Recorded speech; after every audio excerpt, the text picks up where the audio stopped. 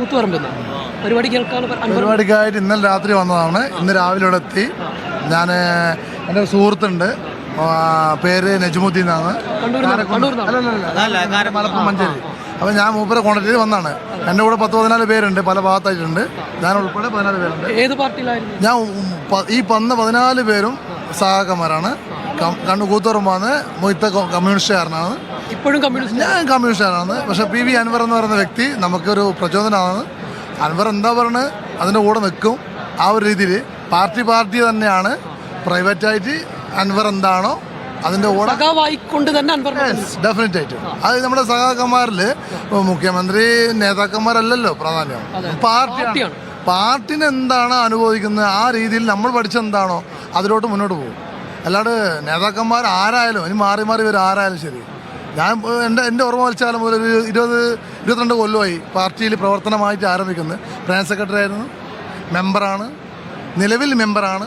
അപ്പോൾ ഞാൻ വന്നത് തന്നെ അൻവറിൻ്റെ തോട്ട് ഐ ലൈക്ക് ദാറ്റ്. ബസ് അത്രേ ഉള്ളൂ. ഇടതുപക്ഷത്തിന്റെ കുറ്റം പറഞ്ഞോ അല്ലെങ്കിൽ ഇത് കുറ്റം പറഞ്ഞോ മൂപ്പര് വേറെ ബേസിക്കലി രാഷ്ട്രീയം അല്ല. മൂപ്പര കൺസെപ്റ്റ് എന്താണോ അതിനോട് ഞാൻ യോജിക്കുന്നു.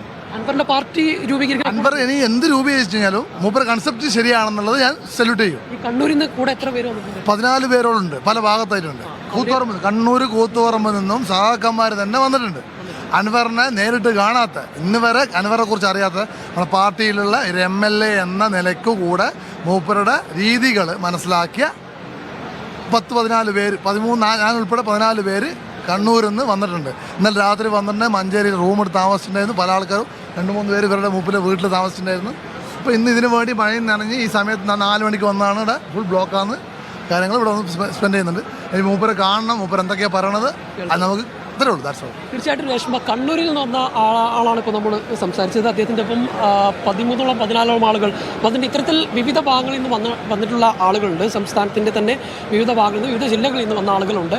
അതിൽ പാർട്ടി പ്രവർത്തകരുണ്ട്, പാർട്ടി ഇല്ലാത്തവരുണ്ട്, മറ്റു പാർട്ടിയിൽ നിന്ന് ആളുകളുണ്ട്.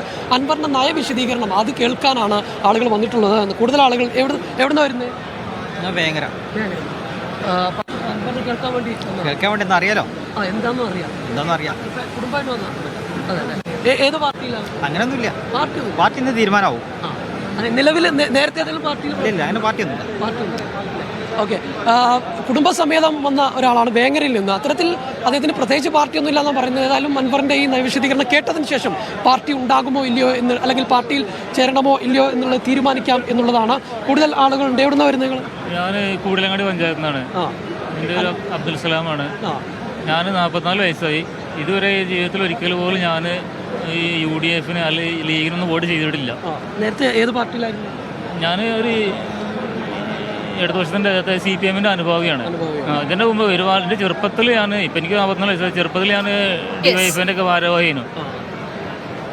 ജംഷീർ കൊടിഞ്ഞിയാണ് അവിടെ വന്നിരിക്കുന്ന ആളുകളുടെ പ്രതികരണം തേടുന്നത്. നയം വ്യക്തമാക്കാൻ ഒരുങ്ങുകയാണ് അൻവർ. അല്പസമയത്തിനകം അദ്ദേഹം വേദിയിലേക്ക് എത്തിച്ചേരും.